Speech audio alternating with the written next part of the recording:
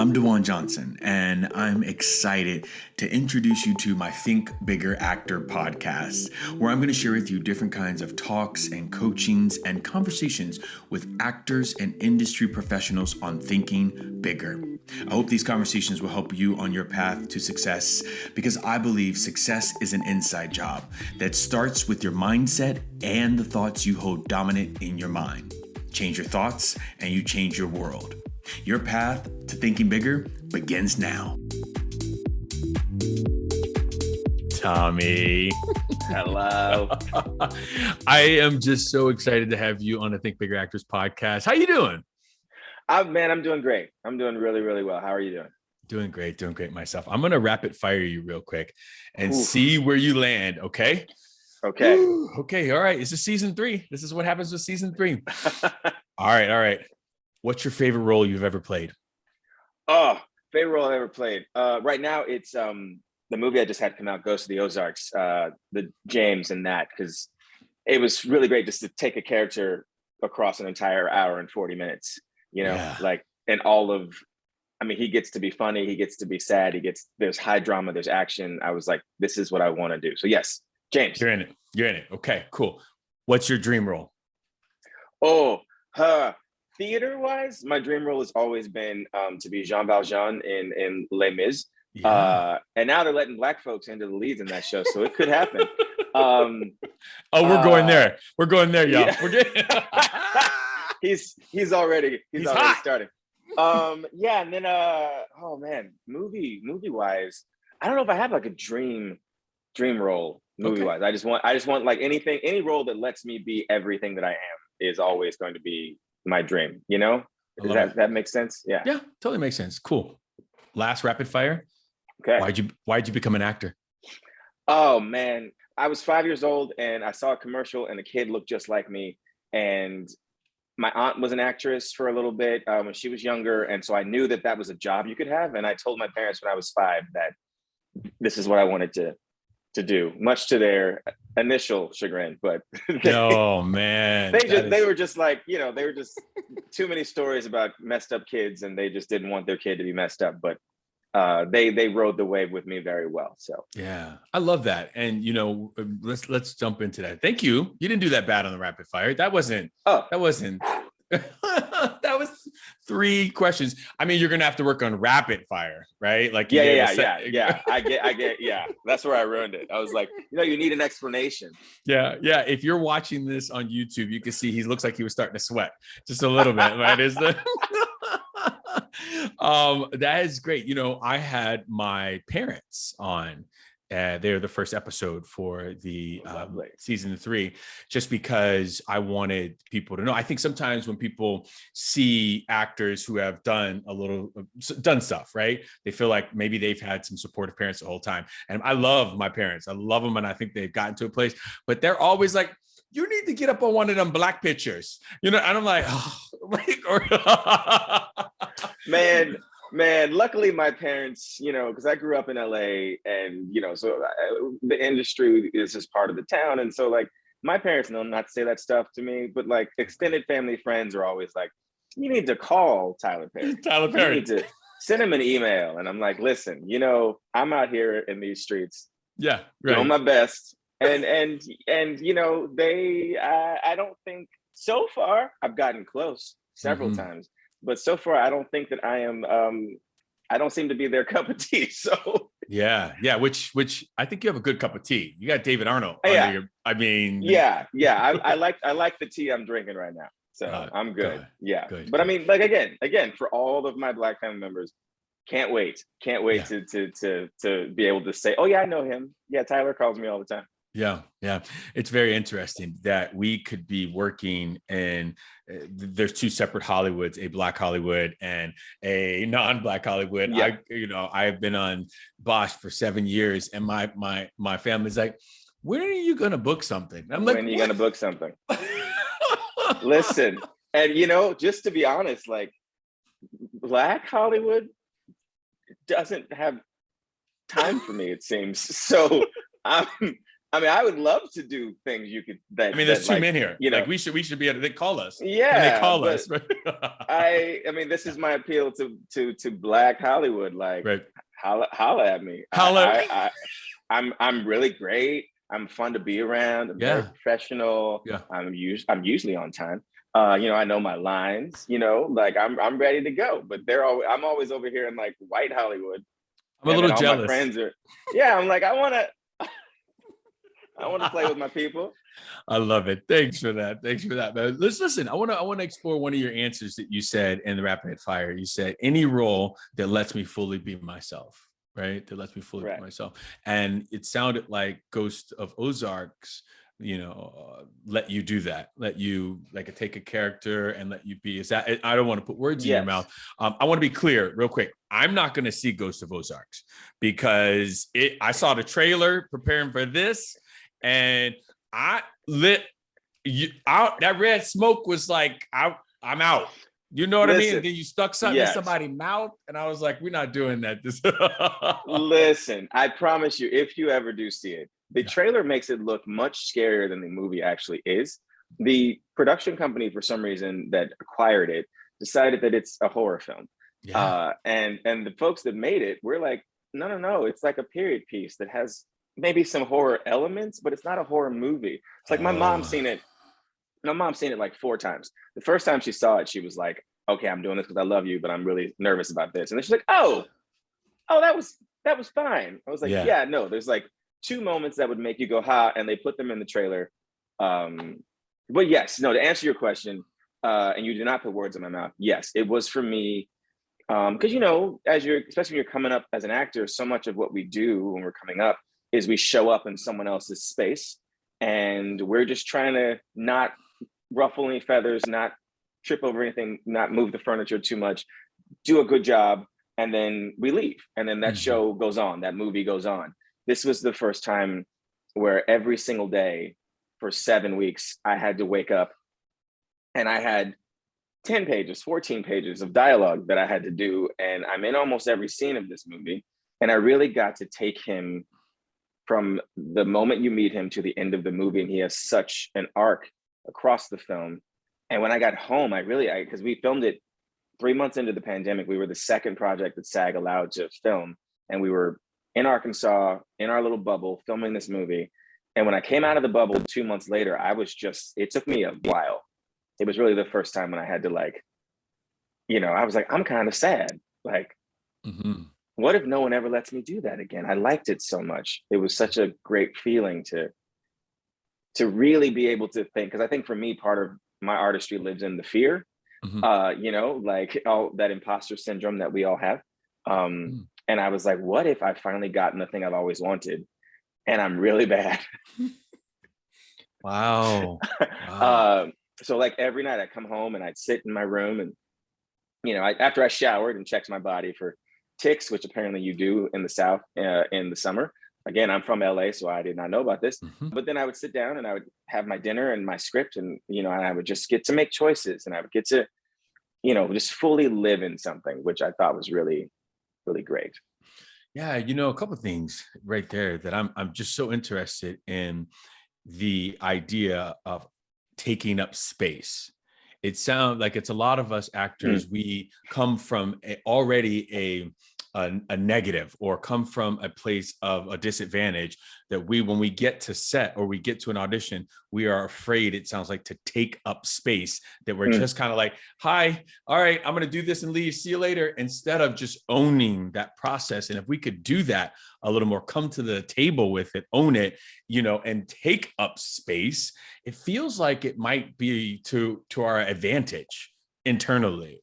Is that what you're saying? Yeah, no, it fully is. I think, I have a friend, Devere Rogers, who's just a wonderful human being, and just coming at you from every different angle. He's like, I'm going to act for you. I'm going to write for you. I'm going to do everything. You will not put this man in a box. And one of the things, being friends with him the last couple of years, I was like, oh, okay, you walk into rooms and you're not afraid to take up space. Doesn't matter what the room is. Doesn't matter if it's just for fun or if it's for work. He is going to walk into a room and he is going to be his fullest self immediately. And I'm wired to observe and then sort of then sort of blend myself into Like everything. raise your hand, Yeah, like like every. this. Yeah, like I'm like, and I do know that I am by nature, I'm shyer than most people would expect. If I know you, then you're like, please shut up. You're talking too much. But if I don't, it's the exact opposite. So it does take me a while to warm up. But even with that girl Lele, like that came right off of Ghosts of the Ozarks, and it was like, oh, I came off of Ghosts of the Ozarks, and I was like, okay, I'm feeling very confident in myself and in my abilities because someone actually gave me the tools I needed to feel this way. And so I am going to now like walk into spaces and literally just be like, you like me or you don't. And that's just what it is. And it keeps my anxiety level low, and it keeps my joy high. And it's been a really fun space. But it started really with Devere and me sort of going, okay, like we would do self tapes with each other, and I'd be like, oh, well, the breakdown said blah, and he'd be like, I know it said that. I also know that it Yeah. said to not make it into a thing, but like we're gonna film this in my kitchen, and you're gonna follow me around, and I was like, oh, You're breaking the law. Wait, you're breaking the law. oh my god, and I'm like, but it's working, Yes, and yes, people yes. are really excited because you bring yourself into everything. I tell people all the time, like actors are always trying to locate things like they're all out there. I'm like, everything I need to play a character lives in me. I Yeah. just have to be self-aware enough and brave enough to access those spaces. Yeah. Yeah. Especially if it's a character you don't like. Oh, okay. We're gonna get there. Yeah. But because I mean, you dropped so many good nuggets, and one of the big nuggets there we're gonna go back to because I want to go back to imposter syndrome. But before we move on, is that I hear a lot from actors, DaJuan, what do I need to do to stand out? What do I need to do to get their attention or to book this? And what I just heard, and what I always just say, when you understand that you are the difference, when you Yes. fully understand that, like, I don't have to jump on one foot and do something arbitrary, just show up like yourself, and Yeah. they're either buying that fine piece of chocolate today, Or or they're or they're not. or they're not, or they're, do you know what I Yeah. mean? And so I that's one of the things. But you mentioned imposter syndrome. I got to be honest with you. I got to be honest. I don't believe in imposter syndrome anymore. I believe Get me it's there. Get me there. I believe it's us not wanting to shine. I believe it's us wanting to dim our light, right? We don't want to walk into those spaces. So it's a little bit different. It's this thing, imposter syndrome. I'm an imposter. No, you're not. You just don't want to shine. You just scared to like, what did I do? What did I do? DaJuan, have you been talking to my therapist? All right, this is the point of the podcast when I tell you, come on in. Oh my God, Claire, is that you?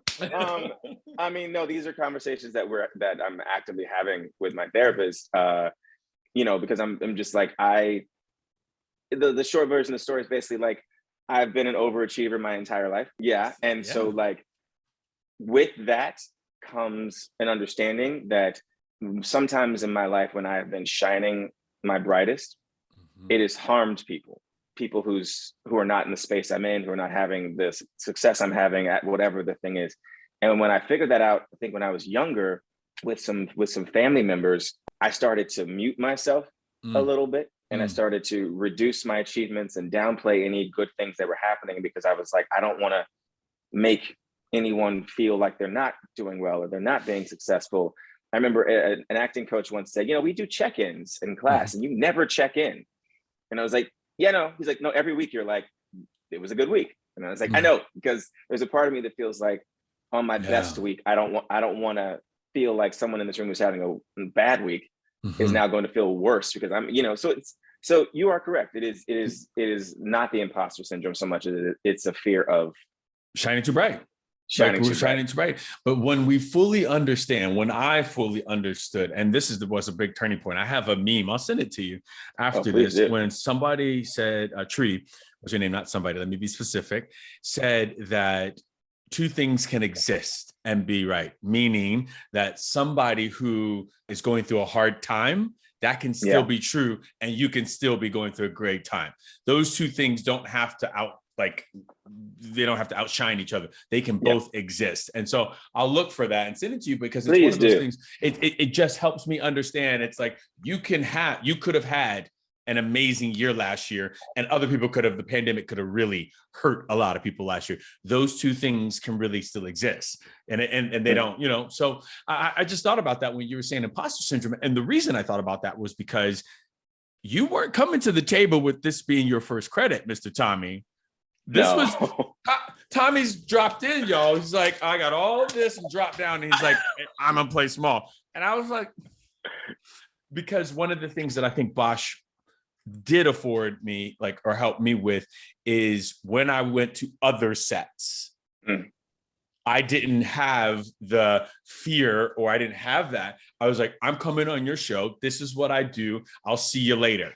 Right? That's it. Let me do my job and leave. And it wasn't, I walked differently. And so, and so I say to you, we get to walk differently, not because now we're validated, but like, oh, that's right. I've tapped into this. I know who this is. I'm coming to the table. They wanted you, and you were good. I mean, that trailer, I'm not watching it. I'm going to go back. Black people. No, it's funny. I do another show. My friends have a show called Sherman Showcase, which is on AMC and Hulu, and it's just a fun time. Just a bunch of friends hanging out, doing sketch comedy, making each other laugh. And 3 years ago, I think when we did season 1, my buddies were like, whatever you're interested in, however deep you want to go in. If you just want to do the sketches we wrote for you, great.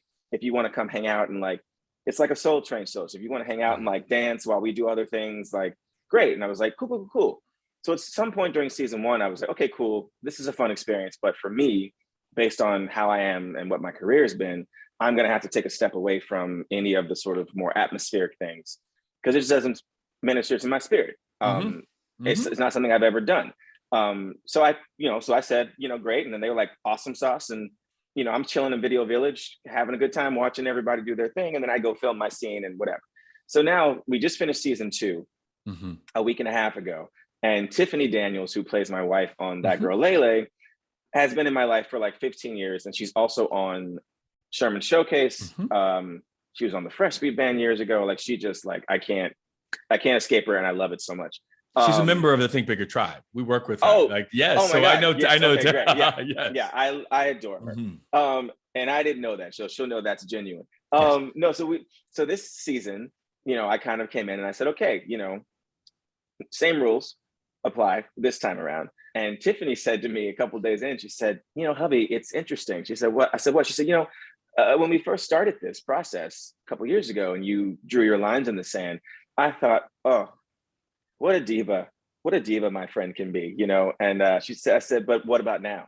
And she said, well, now it feels different. And I said, yes, because you are now a series regular. I said, and so you understand there's a certain stature that comes with it and a certain way you're used to now being treated. And I'm of the mindset that everyone on set is important and everyone should be treated with equal amounts of respect. That is unfortunately not what happens. And so a lot of the tensions that I would have sometimes on set were me having to stare a person in the eyes and say, I don't know how you normally speak to humans, but I'm not the person, and that's not going to work out so well for you. I'm a really nice person. Please don't make me be this way, but it's a stature. And I told her, I said, you are, wifey, you're moving differently. And you now know fully what you should expect from people when you're doing your job.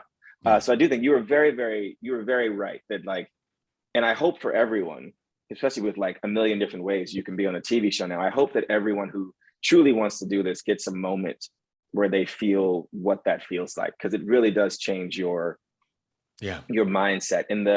In the year since we started filming That Girl Lele, I mean, like I said, Ghost came up to that, so I was walking differently anyway. Then Lele came, and and I'd had experiences in my past that had given me that stature, but in the that in between time when you're waiting for the next job, you can forget. Well, your mind plays a trick on you. Your mind, it does. I see, now we're talking. We're vibing high, y'all here. Well, I was crossing the street today and I was thinking about, DaJuan, go back to your to-done list. instead of your to-do, because I can get heavy into my to-do list. And I was like, that's right. You've worked with this person. You've worked before, you work again, because your mind in that downtime makes you forget that, like you said at the beginning of this, you're like, am I going to work again? Is this gonna, I think, and then you're like on the floor crying. So I do agree with that. I do think you have to, I don't know. It's just the way I think when you walk, but I want to be clear to everybody out there. What I believe is you don't, yes, it does help you walk differently when you have a little bit under your belt. But if you can listen to this conversation, and when you're going to set for your first time, understand that you are there for a purpose, a reason, right? And don't dim your light when you get on set. We're not asking you to be cocky. We're not telling you to throw a pillow, but just show up and just be like, all right, cool. I'm here for a reason. There's a lot of us that, like, as soon as they say cut, we just like dissolve into like, I need notes, give me notes. That's not hot, it's not. Just do your thing and walk off, so no. And if they have notes, they'll find you and give them to you. If like, you don't have say to it again. See, you don't know that, right? You don't know that, but we know, like, if you need to, just when they say cut, pull out your phone or something, or do something else, because they will come to you. I told someone, one of the greatest joys I've gotten it, and it's been a couple of years now, but I've gotten to a place where, like, if you call cut and you say you have it, that's it. They're like, do you want to do it again? I'm like, I believe you. If you say we have it, I believe that I've done work in these however many takes that would afford you the right to say that. I'm comfortable with everything that's happened. Like, there were moments in Ghosts where people were like, oh yeah, we did that in one take, we did that in 2 takes. And they were like, how did you? And I was like, well, the directors I've known for a while. I trust them. Do you want to look at the frame of the shot? No, I trust that you want me to look good. Yeah. It allows me to just do my job, I learned that early on at a commercial, and LaTarsha is her name. She's a wonderful actress out there. And it was kind of one of my first couple of commercials, maybe my second commercial, and where I had it speaking, and we said cut, and I would look to her and I was like, do you think they got it? What's going on? And she just said to me, honey, this is like a multi-million-dollar commercial. They're not going to move on until they got it. And I was like, and it was like me and my world. They're like, they're going to get everything they need, but we think we turn it about us. They're going to make you look good. They're going to make that product look good. All this is going to look good. You can rest assured there. But all right. We're in the weeds. We can. Yeah. I've got you all. I'm sorry. That's okay, because you talked about self-tapes, and I want to know, like, this season, I really want to, like, zero that in, because I know there's a lot of actors out there. We're doing a lot of self-tapes, and I just want to know, like, how does Tommy prepare for a self-tape? Gets one. It comes up on his phone. You know what I mean? Like, what's the preparation? the first thing that happens is I look at my phone and I immediately go to find when it's due. You know what? I had this sort of massive revelation in the middle of the pandemic. At some point, I was getting so many self-tapes, and I was making myself crazy trying to memorize everything. And I was staying just outside of the city at my parents' house, and my parents, God bless them, they're not actors. So I've got, like, my mom press and record, and my sister, who's also not an actress, reading with me in our little bubble. But then I was like, okay, I'm going to come down to LA. I've got one friend who I know doesn't go anywhere, and he and I once a week will just. But what I did about 6 months into the pandemic, I was like, I can't memorize all of this. There's too much. And I realized I didn't have to. For me, this won't work for everyone, but I started, and I know that no one knows this because my manager actually, like, a month ago was like, there's a teleprompter app you can use and we can learn your lines. And I was like, I haven't learned lines in a year and a half. I've been taping them to my eye line and just acting. And it's made me more relaxed. It's made me more comfortable. I also realized that for me, self-tapes, and I know people don't love them, I love them because I control the energy in the space. So I'm not driving 45 minutes, looking for a parking spot, going into a room with someone else's energy, which most of the time is good, but sometimes is not so great. And I have to now factor what I want to do into the crappy reading you're doing with me, or the bad day you're having, and now it's like, I don't think it's a coincidence that for me, like, my workload has picked up during the pandemic, because I've been able to actually be like, first of all, you're going to watch the tape because it's easy to do. And second of all, I can send you 1 or 2 takes is all I do generally, because I'm controlling the space. I've had so many auditions. I had an audition once. I will not say the person's name. I won't even say the person's gender, because that's not what this is about. But like in the middle of my audition, an actress was outside yelling because she wanted to go in for the lead role, and they had her in for the best friend. And she stopped me in the middle of my audition. Oops, I gendered. And it was an accident, but went outside, said, "Can you handle this?" to the assistant, went outside, and I did 2 more scenes while I could hear them yelling at each other through the wall. And then I finished, casting director comes back inside, says, "Put her down. She's coming back. She's going to do it. It's fine, whatever." Anyway, did I miss anything here?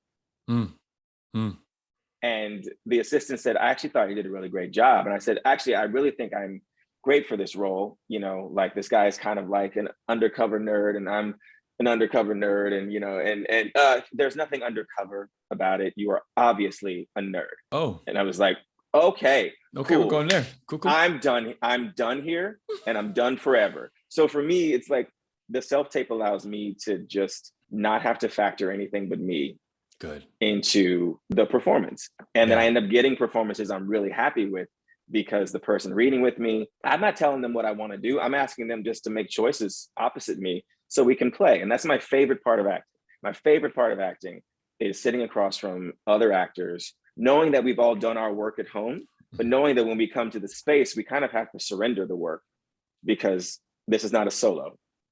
And we all have our objectives and things, and we're just kind of dancing. It's a little tennis, figuring it out. And I get to do that with the way that I self-tape. I love that. You know, I'm a big proponent. I do a whole program for my coaching on self-tapes, that book, right? Because I just believe self-tapes, what I think, to be very clear, is we romanticized the room, right? We're like, oh, we got all this feedback and it was so great. And I was like, y'all act like we walked in and they were like, DaJuan, you know what I mean? We didn't. Sometimes we could hear people through the thing. Yeah. They weren't looking up. It wasn't the room in that. It had already been cast. Yeah. You know what I mean? Already been cast. You know, and so for me, it was like, stop romanticizing the room, and like you're saying, really take control of these, what I call work sessions now. They're not self-tapes anymore, because they're literally, we're work sessioning them with our best thing and putting our best performance up there. Only thing I don't like is I'm very clear on what I need my reader to do. If I need you to slow here or get a beat here, because I am crafting my best performance, if you will, because I used to hate when we used to go in there and there used to be awful readers. Like, do you know what I mean? And so that's why I'm saying, like, my reader that I get to pick, you know, for these, I'm like, all right, just give me a little moment here. Let's shoot something real nice here, instead of, you know. Oh yeah. I mean, yeah, they'll ask me if I need anything. I just think that through the pandemic, the answer to that question has become no more often, because I've only been self-taping with the same 2 people, maybe. And so they really understand me, and vice versa now. So when we're working with each other, I have one buddy, we'll audition for the same thing, and people are like, "You don't care?" I'm like, "No, we are so damn different. It doesn't matter. We can do," I will literally be like, "You want to go first? You want me to go first? Who's going? I don't care." And then one performance has nothing on the other person's performance. It's easy breezy, because I'm just like, you get, as you said earlier, like, if you want me, you're going to hire me. And so I have to bring, and I have discovered in every possible way that the more authentically myself I am, the more, even if I don't book the role, the more the energy that comes back at me is, it's really wonderful to, like, your work is wonderful. And I'm like, oh yeah, no, because I'm now at a point where, like, all of me, whether it's, race, gender, sexuality, whatever it is, all of it is on the table. And I really don't care what anyone has to say about it. And so even like, with that girl, Lele, a lot of the interviews I did leading up to the show were like, well, I want to talk to you about, in a world where, like, straight people get in trouble for playing gay people, like, how does it feel to be gay and play a straight person? I was like, I've been doing it most of my career. I don't really think about it. In fact, I would argue that the character I'm playing on that show is probably the closest to who I am in my physical demeanor and how I exist in the world out of anything I've ever done. And if you, like 10 years ago, I would have overthought it, and I would have been like, oh, maybe don't use your hands as much because your hands sometimes give you away. And, and now I'm just like, it kind of, I'm like, it kind of is what it is. Like, and I think that the work, what'd you call it? Not a self-tape, but the work session. The work session.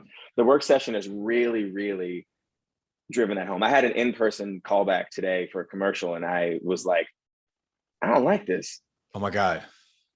Don't say it, because I want to say it too. But it's probably. But I was like, I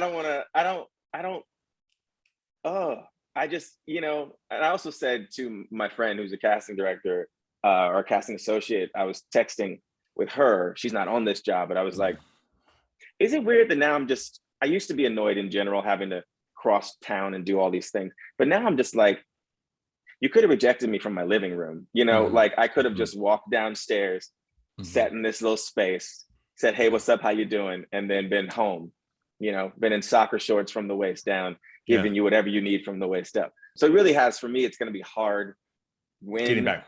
When we go back, it's going to be hard. I don't think we're going to go back. I think there will be a hybrid model of going back.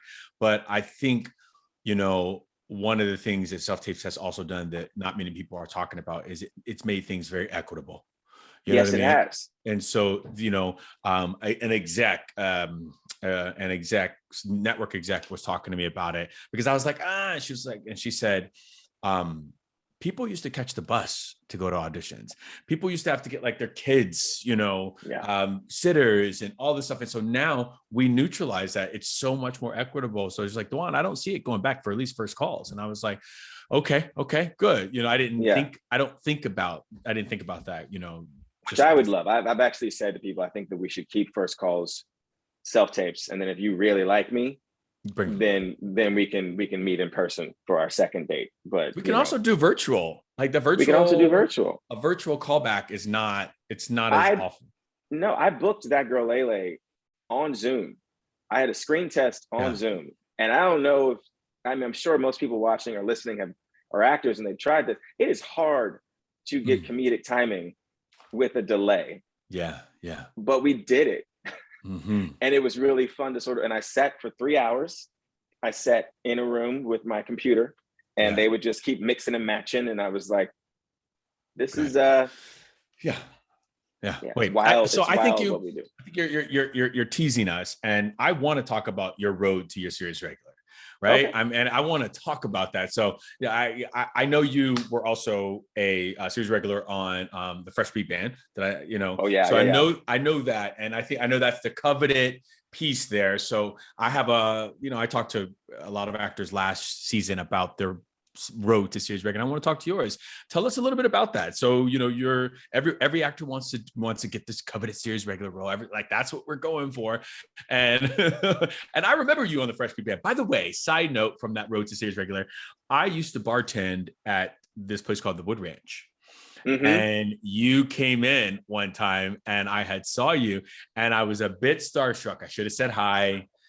And I think everybody out there, I probably was on. Still, I was just getting ready to start Bosch. I had not done it, and you were there, and I remember being just like, and look at God, look at him over here now. Won't he do it? So I just remember I loved going to that Wood Range. Yes, the road was interesting. I right when I left to go to college, because college was non-negotiable, which I love. I love that I went to college. Yale. And when I got there, I was pre-med, because I just thought, okay, well, now I'm a grown-up, and though I've told people what I want to be, maybe you're a grown-up now, so you should be something grown up. That didn't last long. It was maybe 6 months. But yeah, so when I got home, I kind of had this idea that I started acting when I was 6. I have this resume. I know a lot of people. When I come back, it's just going to be like boom, boom, bang. He's got a TV show.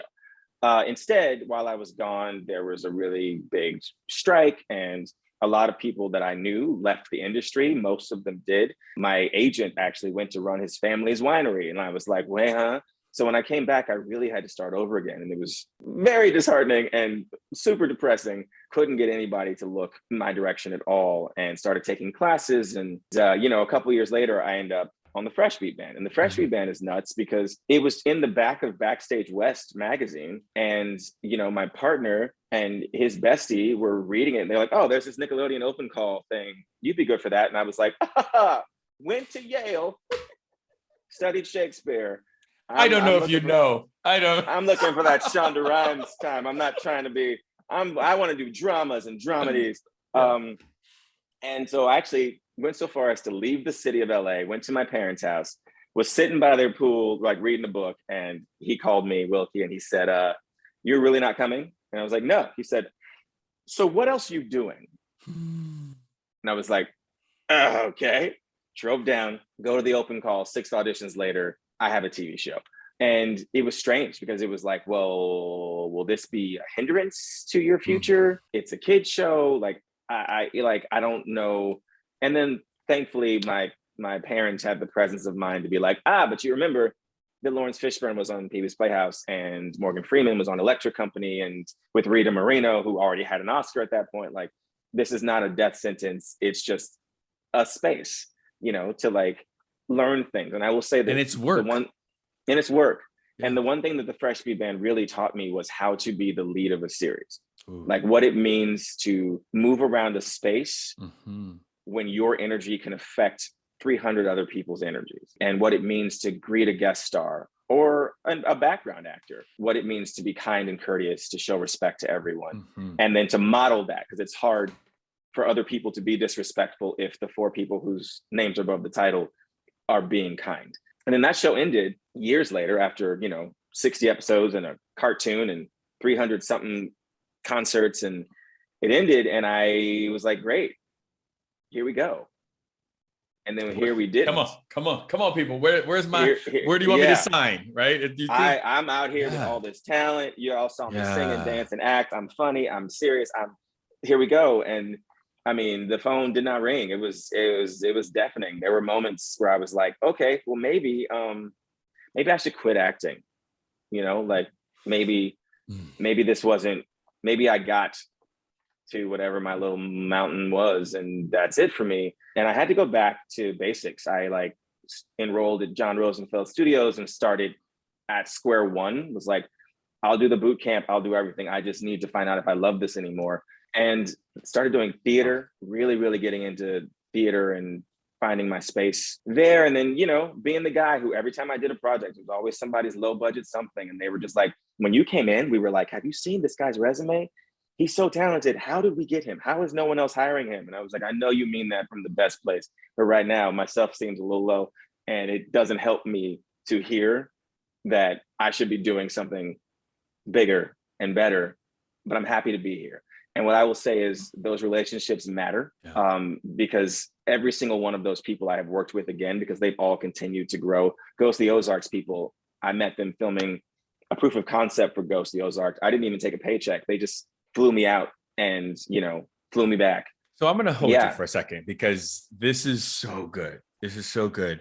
And I think what, everyone listening gets to hear, because what we think is that as soon as we book that thing, that this is going to be the thing that all of it comes in, and we're going to be the next Brad Pitt, or we're going to be the next Denzel, we're going to be the next, Francis McDormand. Really, it is. That's what I got to believe. I'm not even just putting you out there. That's what I thought a whole bunch of bookings ago. And what we understand is it happens that way for some people, right? It does. But the majority of it, it's not happening that way. And so what I heard and what I can relate to here is it does a number on your psyche. It does a number on your psyche. And I'm going to just throw my hat in the ring there, because, I finished Bosch, and I just said in my therapy session a couple of weeks ago, did I peak on Bosch? Yeah. I said, did I peak? I was like, because where's my next? And everybody's like, what do you want to do next? What's going on for you next? And I just want to say, I don't know. I don't like you, because for 7 years, I was the guy on Bosch, the Detective Pierce. And all of a sudden you're not anymore. And it's like, did I do this wrong? Like, Yeah. because I thought I loved it. And so to hear this, I'm like in that journey with you. I haven't gotten to that other side. I can't wait to hear more of it. Yeah. But I think it's very important to normalize that or call it out that, you know, I thought that when I booked my first co-star that it was going to just keep rolling. I Yeah. did. I Yeah. thought when I booked Grey's Anatomy, it was going to keep coming when we did the Emmy campaign. You know what I mean? It Yeah. just doesn't work that way. So this is very It interesting doesn't. to hear you saying that. No. Yeah, it doesn't work that way. And I've actually been telling my friends and my friends' friends, I'm like, I actually think that what we do, and that's why things like this are phenomenal, what we do to ourselves and other actors is a disservice because we're not honest about the peaks and valleys, the never-ending peaks and valleys. That like Yeah. even if you make it to the highest level of the mountain, there are very few people who stay there. Like Denzel Washington seems to get to stay there. But like Will Smith, he was in about a 10-year downswing, you know, and yes, he had made enough money where maybe it didn't matter. But His singing career was still stuff was coming in, but yeah, he wasn't. but he wasn't, his movies weren't hitting, they weren't, you know, and so in our own way, we all do the same thing. Big actors who find themselves in that space, they all go do an indie, you know? And so for me, you know, what was the equivalent of that was, okay, well then you've got to just keep the instrument sharp. And so, you know, I did a Lifetime movie, which I actually really freaking loved. And, you know, I did a ton of theater. Like I said, I won an Ovation Award for Best Actor in a musical in the entire LA area. And I was like, this is very validating for me. I needed this right now. And then in terms of the series regular, the next one, right? The next one. Because one. what was the time? You don't have to put a time in it, but was it a big I'll gap tell of you, time? I'll tell you, it was, man, was it 5 years? Wow. Something like that. You know, and because of the show that I initially didn't want, the Fresh Meat Band, but then grew instantly to love. And I'm so proud to have it like as part of my legacy because people are still being touched by it. And that's great. But like the money I made from that made those years less stressful. Because I was able to still like, you know, pay for things and do things. But like, you know, there was a point where my manager was like, I know how much you make because I know how much I make off of you. And we've got I don't know what we need to do because everyone loves you. And I said, yeah, no, my issue is that I'm too famous for most of the jobs that are out there in the world. But then I'm not famous enough for the jobs that apparently I should be having. And so my agent had to sit me down and she said, right before the pandemic, she said, here's the issue. You're doing everything right. The issue is that your competition is not other people like you. She said, the things we're sending you in for, Michael B. Jordan is on the short list for them. Most of the time when you audition for stuff, they're waiting to find out if the, you know, person who's a tier or two above you says yes. But they always tell us that your work is impeccable. Yeah. And so it was a lot of that. And then I think, again, during the pandemic, the leveling of the playing field, people were really watching these tapes. And my reps were just like, Tommy, something's shifting. And my manager, actually, we had a conversation when I was in Arkansas filming Ghosts. And it was my last week of filming. And I'm just grizzled, big old beard and all this hair. And my manager and my agent on Zoom were like, you're different. And I said, what do you mean? They said, something's different. Like your energy is different. And whatever this energy is, keep it. Please keep it. And I told them, I said, if I'm being fully honest, my road to this second series regular really is a result of almost 2 years ago to the day, March 16th of 2020. I was like, why is no one as concerned as I am about what's happening outside? And I packed up my belongings and I went to my parents' house and I was like, I'll be here like a week. And then I was there for 3 months. And while I was there, every job I had lined up went away, including Ghosts of the Ozarks, which I've been looking forward to for a very long time. They hired some famous people and the famous people decided that I was not, even though it was written for me, that I was not of the caliber of artists that could get better. And it was hard because they're my friends and we had to cry it out and I had to let them know, like, it's business, I get it, but like, I need some space from this. I don't think I've ever been like mentally sort of as low as I was during that March, April, May period. And then my dad and I had a great conversation, and it really like just pulled me back together. And then they called me June 1st of 2020 and said, we'll tell you the whole story when you get here. We've never stopped working to make this happen, but please say yes. And please get on an airplane and please come here and film this movie, but it's always supposed to be you. So when I showed up, they looked at me and they said, you're different. And I was like, I am, because the world went to hell and I lost everything. And it was really hard. And I had to put myself back together again. And so when I came back from the movie, there really was this feeling of, if you don't like me, F it. I don't care. Here's my interpretation of it. Here's what we're doing. For That Girl Lele, I had been almost a series regular on about 3 or 4 shows leading up to That Girl Lele. I mean, if Marvel had one more time put me on hold for some top secret project and then never called again, I was going to lose my mind. And I remember so vividly, I had 3 auditions the day that Girl Lele came in. One was for Reacher, which my buddy Malcolm Goodwin got that, and he's so phenomenal. One was for That Girl Lele. Yeah. One was for That Girl Lele, and one was for, I forgot the other one. But I was like, well, let's do Reacher first, because Reacher is what I want to do. Yeah. You know, and I'm sitting there and I'm being all deep and brooding and I'm doing the thing. And then we did the first take of the That Girl Lele scene. And my friend said, cut. Okay, listen, bestie. And I said, yeah. He said, what do you want to do? I said, what do you mean? He said, you're really, really good at this. You're really good at this. I know you don't want to be. I know that you see yourself somewhere else doing something else. Doing Reacher. He's like, yeah, he's like, but this kind of comedy wears really well on you. You can be so funny, but so honest. If you do this, you will get this job. You have to decide if you want this job. And I was like, fine, gosh. And we tape it again. And then a month later, I'm in a producer session. And a week later, I'm in a test. And then a week later, I have a job. And it just really felt like for me that I had lost my confidence in myself and I had lost myself. And both of those things had to be rebuilt to get me to the moment I'm in now. And to be the person that I am in that space. You know, I really did have a moment of crisis because I was like, you're back at Nickelodeon. What are you doing? And, but it's not Nick Jr., it's Nickelodeon. David Arnold is the world's greatest boss. You know, and it's the first time it's not fair to say it's the first time. It's the first time in a long time where the people I work with make it a point to let me know every single day that my presence makes the show infinitely better. And there's something really wonderful about that in the business that so often is the opposite of that.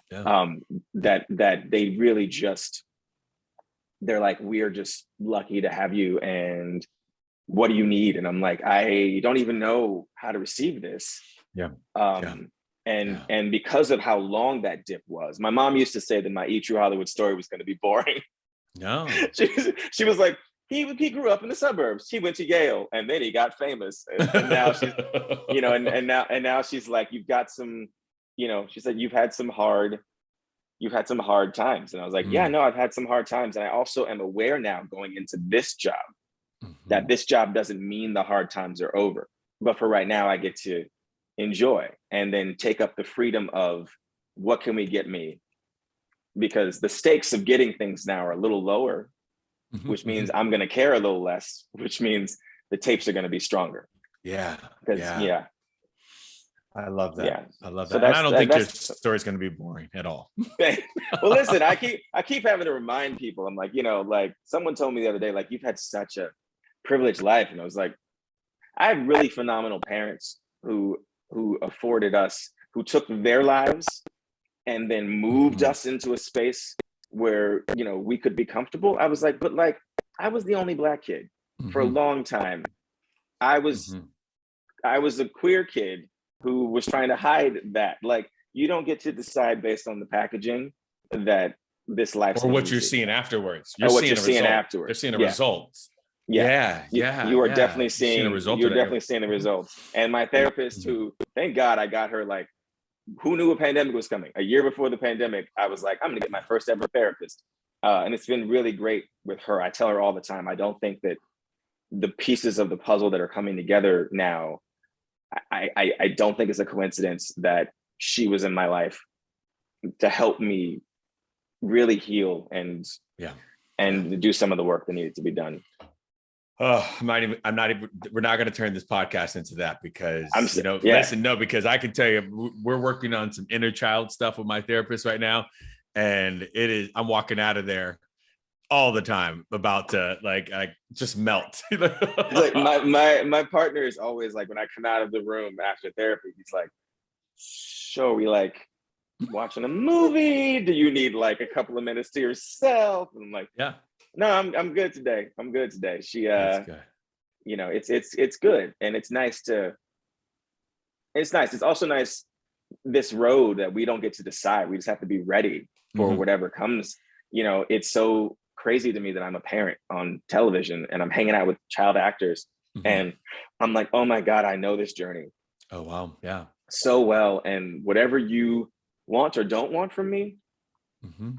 I'm here for, because I Yeah. understand exactly where you are. And I also understand that might mean that you just want to be left alone. Right. But, I Mhm. do have some insight into what it's like to be A my child actor. 11-year-old son or my 17-year-old daughter, or, Lele, who I just turned 15. And I know what it's like to have to go to school for 3 hours, but also know all your lines. And, Mhm. yeah. So for me, the road, I've realized I've got to stop trying to drive the car on the road. I've just got to allow God, the universe, whomever, to do what they're going to do. And then I just have to know that I've got what it takes when we get there to deliver, I guess. Yeah.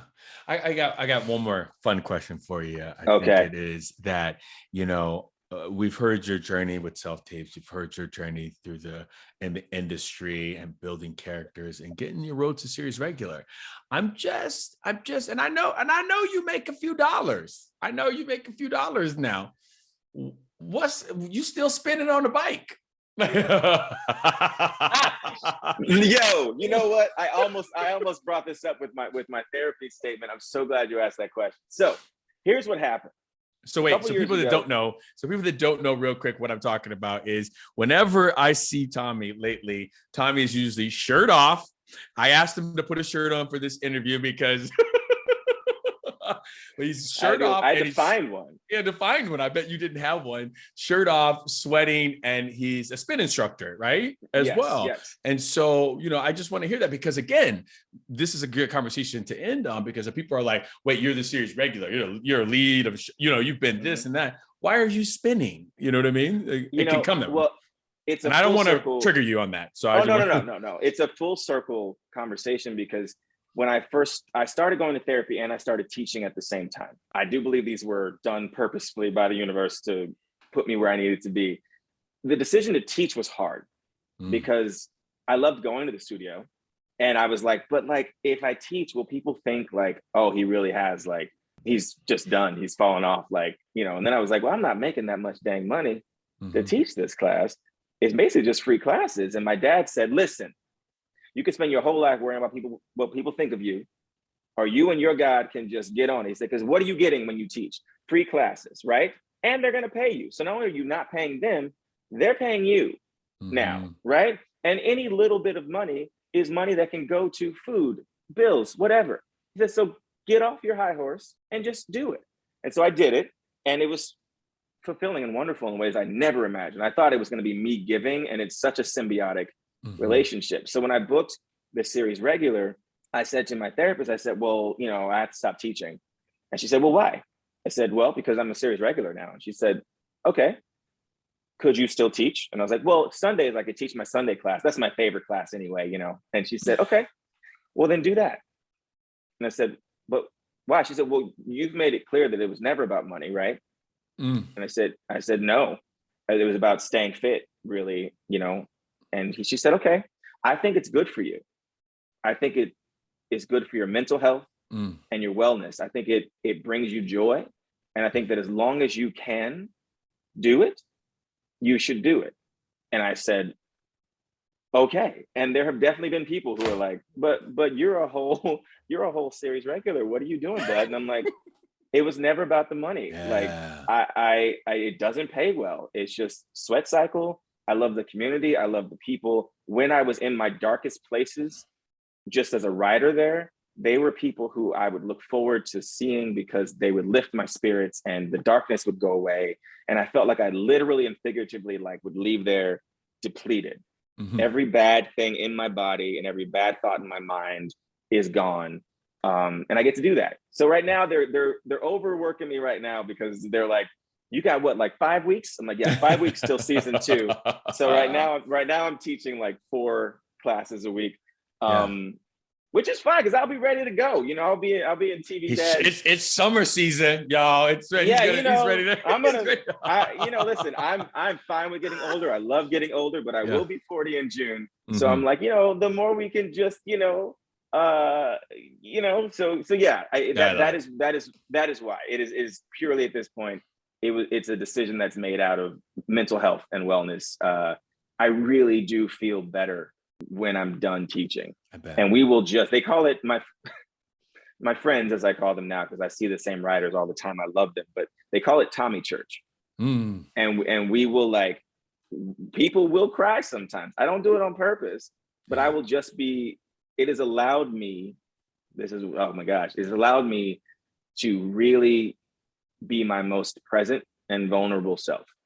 Wow. While I was learning in therapy how to be a more open and vulnerable person, I had this space as a teacher where I realized that the best way to do it for me was to be open. And so I'll be on the bike and I will tell you, like, this is the road that I'm on. And I know everyone's path is different, but like, do you understand that this is what's going on? That like, it's so hard to hold on to hope when everything around you is dark, but you have to, because holy crap, guess what? A week ago when I was teaching you, and I was giving you these sort of cliched things you all think, I was really speaking to you from a place of darkness. And since I saw you last, I booked a television series. In one phone call, my life completely changed in the middle of a pandemic. Nothing is impossible. Whatever you are working toward, keep working toward it. Yeah. Because in an instant, the answer will be yes, and life will be different. But it would be no if you don't. It'd be no if you stop. It'd be no if you don't. It'd be no if you stop. Yeah. And so for me, that's why. And I love that question because I feel like most people just will ask other people, like, why is he? I don't understand. Not here. Not DaJuan. Yeah, I did have my first groupie show up to class a couple weeks ago. These 2 moms, they were very sweet, and they were like, "Hi, we were just like." I was watching the show on Netflix and I was like, I think I know him. I think he teaches at my little spin studio. And I was like, all right, okay, let's get the pictures. Let's, anyways. I was gonna end on what would Tommy right now tell 6-year-old actor Tommy. Oh. And I don't know if you want to answer that. That's what I was going to say, so I want to know, but that was such a beautiful answer you had just had. Yeah. And I was going to, that's my, what would Tommy right now say to 6-year-old Tommy? It'll all be okay. The 6-year, I don't even know the extent to which 6-year-old me understood the things about me that were different. I know that they scared me. I would just want 6-year-old me to know that he's gonna be okay. That everything that he thinks that he wants, there will be some version of that in life. And that the things that you think are insurmountable and that matter and that will stop you from reaching those things don't matter. There was really a point in college where I told myself, I'll just be alone forever because I don't know any actors who are gay, Black, doing what I want to do. So I'll just not have a sexuality. I'll just be by myself. And we're everywhere. We're literally everywhere. We're literally everywhere. And I'll end you with this. People ask me all the time why I'm so vocal about it. And I say, because I was looking for myself and I couldn't find myself. And so if by me being myself, I can help even one little 6-year-old Tommy, 6 to 24-year-old Tommy feel like he's out there, he I see exists, you. I see you. I see you, then Yeah. then it's all worth it. What's the point of all this if I can't use it to make some folks' lives a little easier? The never-ending peaks and valleys in this business. Oof. Tommy, that part stuck with me. Oh man, let's talk about this D12 shot. I think we do ourselves a disservice in this industry. Just like Tommy said, a disservice because we don't really talk about what is really going on for us as actors, for you, what's going on for you. I just started thinking, is it because we don't want to come off as negative? Because you don't want to be that actor that's always talking about like what's negative or not. And you also don't want to call in that negativity, right? So maybe that's it. That's what the life coach in me thinks, like, okay, maybe that's it. You don't want to be that person. Or do we want to keep up the facade that we're always working? Everyone thinks we're working, so we want to keep up that facade. And so we don't tell people what really is going on for us, right? From job to job and how long it takes and all that stuff. That's why I loved how honest and vulnerable and how just straight transparent Tommy was. We all have an expectation that when we book that first role, come on, somebody, you know what I'm talking about, that it's going to keep coming. That the bookings are going to keep coming. The paychecks are going to keep coming. Finally, that dream, that vision will keep coming. And for some, it really does happen that way. But for some, it doesn't. And that doesn't make you less of an actor. That doesn't make you a bad actor or mean something's wrong with you. That just means this is a business. And sometimes things are in and sometimes things are out. It's just like fashion. Sometimes I know this is our craft, DaJuan. We can't relate it to fashion when, bell bottoms or halter tops or whatever, the in thing is, how we can go in and out. But it is a business. This is a business. Some of our biggest stars, like Will Smith, have career slumps. And, they have to bring themselves back up. I know. We're not going to talk about right now what happened to Will Smith. We're going to keep that going. But think about him and his career before that. Have career slumps, and have to bring themselves back up to this place of, that he was before, back before. But we don't talk about that. I wonder why. Is it because they've had some success before? They've had a career before that we don't feel bad for them? Never thought about that. If you are in a valley right now, I want you to know that you are great enough. Forget good enough. You are great enough. It's important that you tap back into your why you wanted to be an actor in the first place and fall back in love with the craft. Make sure that you have a hobby, something else that you love doing. Continue to create. Continue to live your life. The interesting thing about valleys that we forget that when we're down in them is that they end. They end. This is simply another lived experience. It's not permanent. I'll say that again, full voice. It's not permanent unless you let your mind trick you into thinking it is. Don't quit. Don't get out of line. We need you. We need you. I am rooting so hard for you. So hard for you. I love that I get to show up this way in your journey, on your journey, in your orbit. Thank you for being just part of the best part of the Think Bigger tribe, and make sure that you are, sharing the podcast and putting it on the interwebs and, tagging me on Instagram. This episode, I'm telling you, this episode, this whole season, we getting serious about these self-tapes. We're getting serious about character. We are booking. We are putting the booking juju out there. And if it hasn't happened just yet the way we thought it was going to happen, it's coming. It's coming. It's so close. I'll see you next one. I'll see you on the next one.